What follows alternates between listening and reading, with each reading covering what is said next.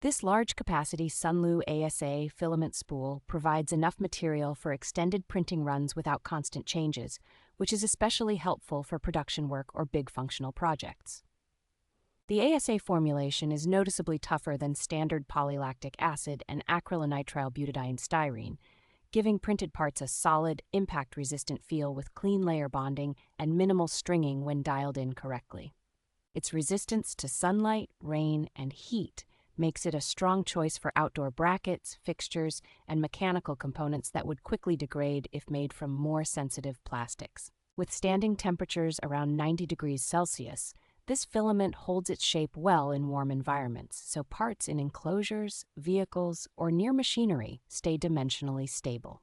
The filament is wound evenly on a generously sized spool that fits most fused deposition modeling printers, and the consistent 1.75 mm diameter keeps extrusion smooth and predictable.